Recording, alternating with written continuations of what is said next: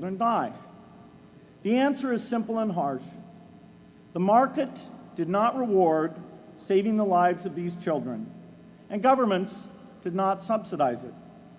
So the children died because their mothers and fathers had no power in the market and no voice in the system. But you and I have both. We can make market forces work better for the poor if we can develop a more creative capitalism.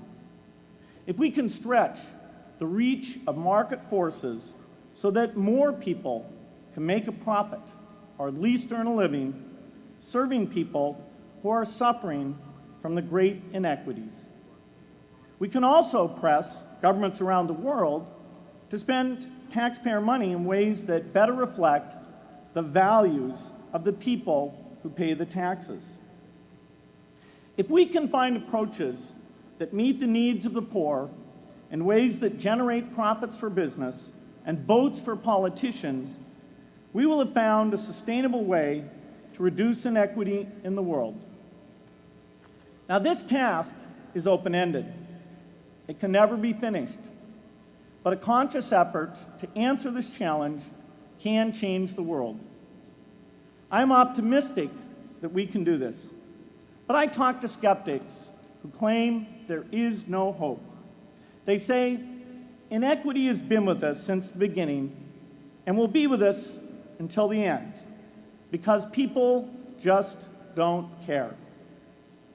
I completely disagree.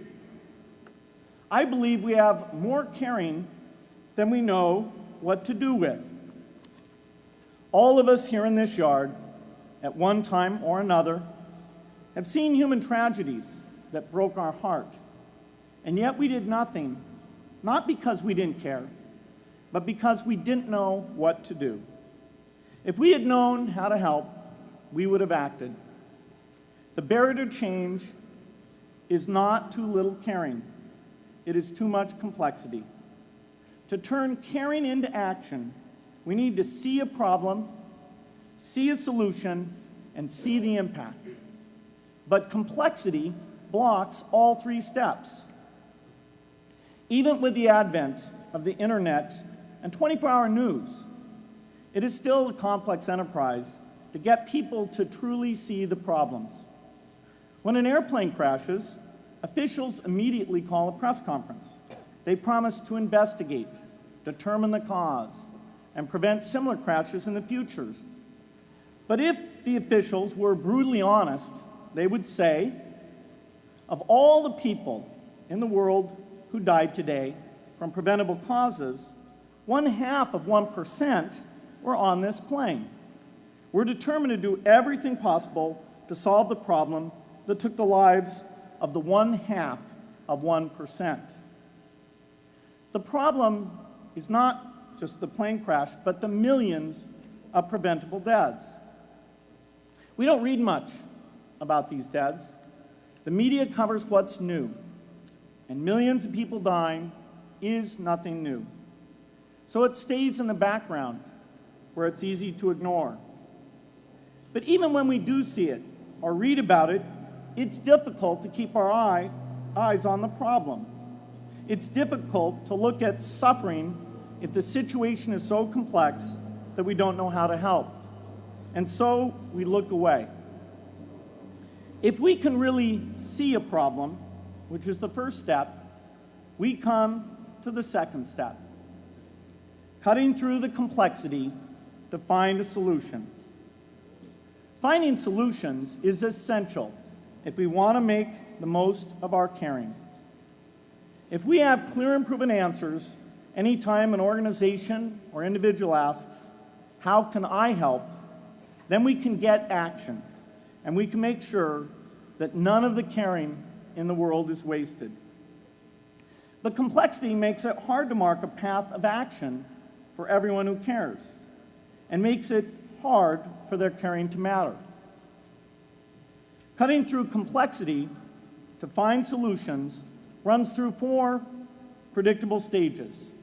Determine a goal, find the highest impact approach, deliver the technology ideal for that approach, and in the meantime, Use the best application of technology you already have, whether it's something sophisticated like a new drug or something simple like a bed net.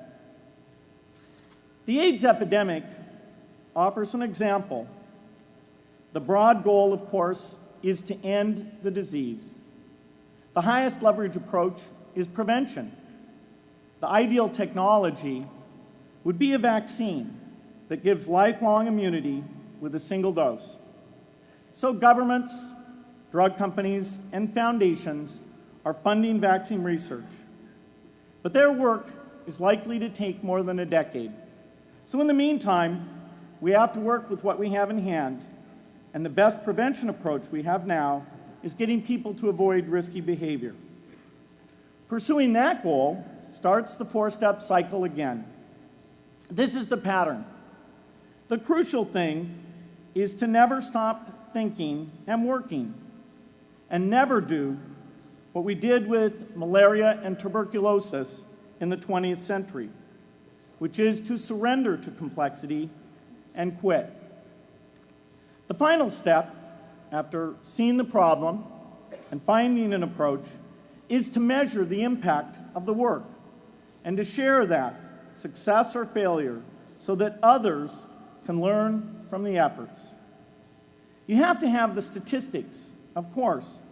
You have to be able to show, for example, that a program is vaccinating millions more children. You have to be able to show, for example, a decline in the number of children dying from the diseases. This is essential not just to improve the program, but also to help draw more investment from business and government. But if you want to inspire people to participate, you have to show more than numbers. You have to convey the human impact of the work so people can feel what saving a life means to the families affected. I remember going to the World Economic Forum some years back